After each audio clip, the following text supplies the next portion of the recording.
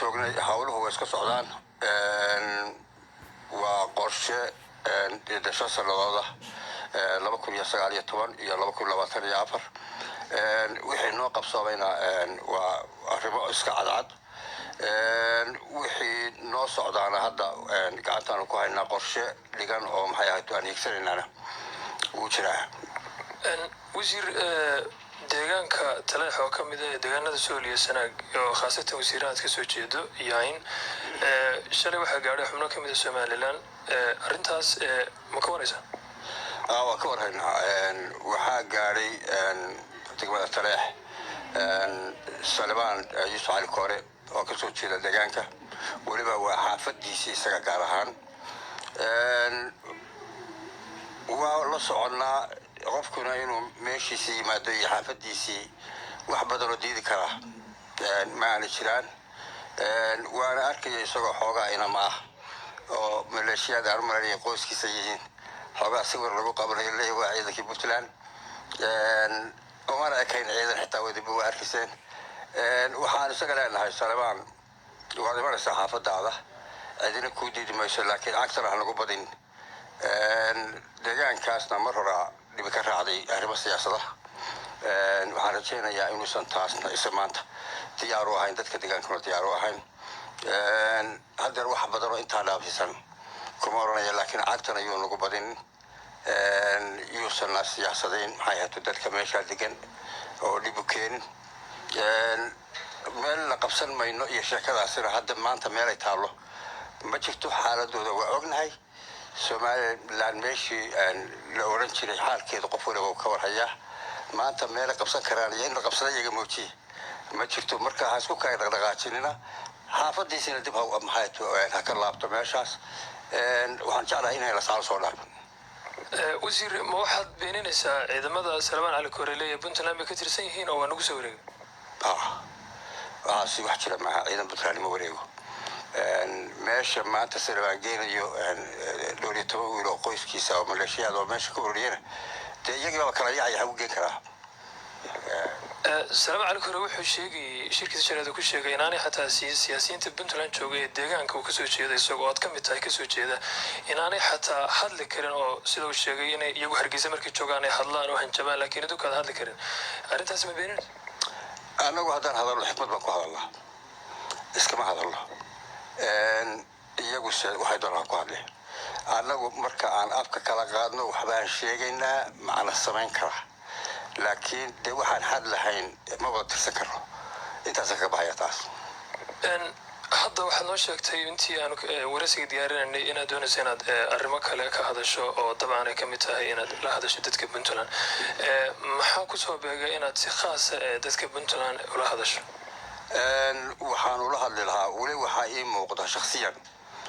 dadka Puntland ku dhaqan qaarkood inayan fahamin ama ayan rabin inay fahmaan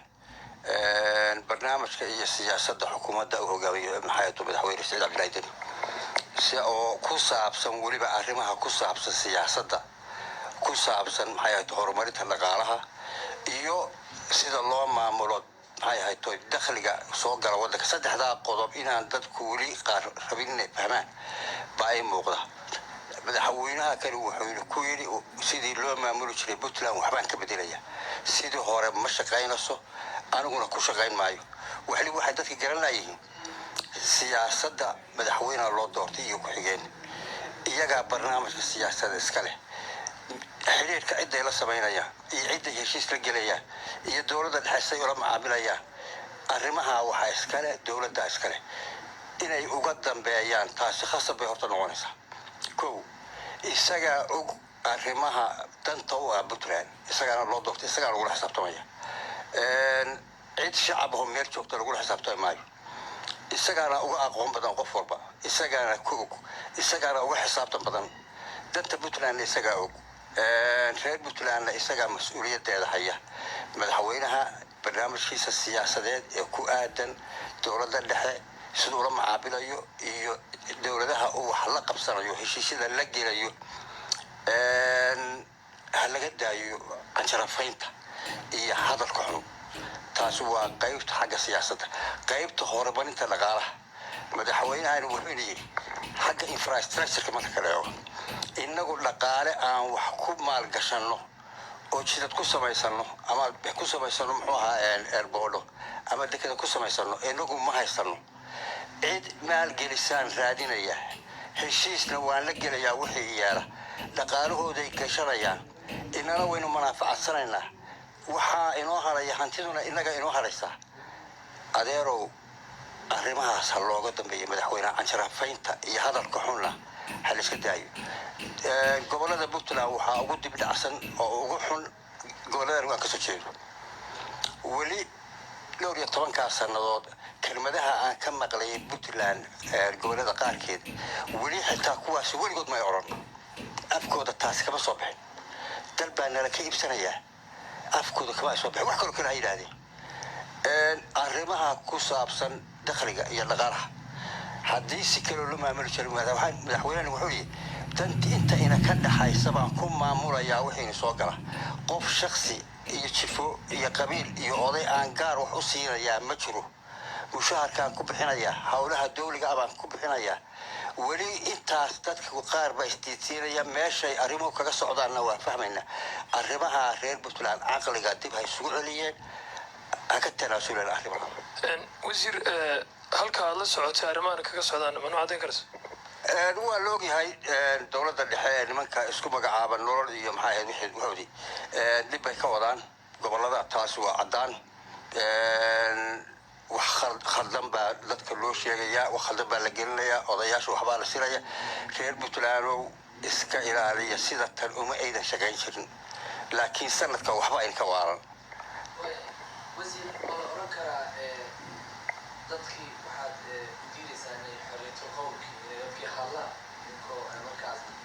uga dhigaya ama difaac ka dhigaya in ay dowladda dhexe la shaqeynayaan madaxweynuhu ma oranin dowladda dhexe ma rabo lana shaqayn maayo ma oran laakiin xisaabtanka iyo gorgortanka iyo meesha layska tooganaya isaga iyo waxa la isku hayo xagga waxaa maxaa tahay xorriyatu qowlka dadku way hadli karaan taa cilmo diidayso cabashana waa la qaban karaa dalka sida loo hogaaminaya talo waa ka soo bixin karaa laakiin journalist iyo dhul ay marto iyo say martay u leedahay lama ogolaan karo qof yidhahda madaxweyne dhul iga iibsanaya muxuu waa ka rabaya airport iga iibsanaya ama dekada iga iibsanaya maxay tahay arrintaas waa nin ganacsada lacag inayna kama baahna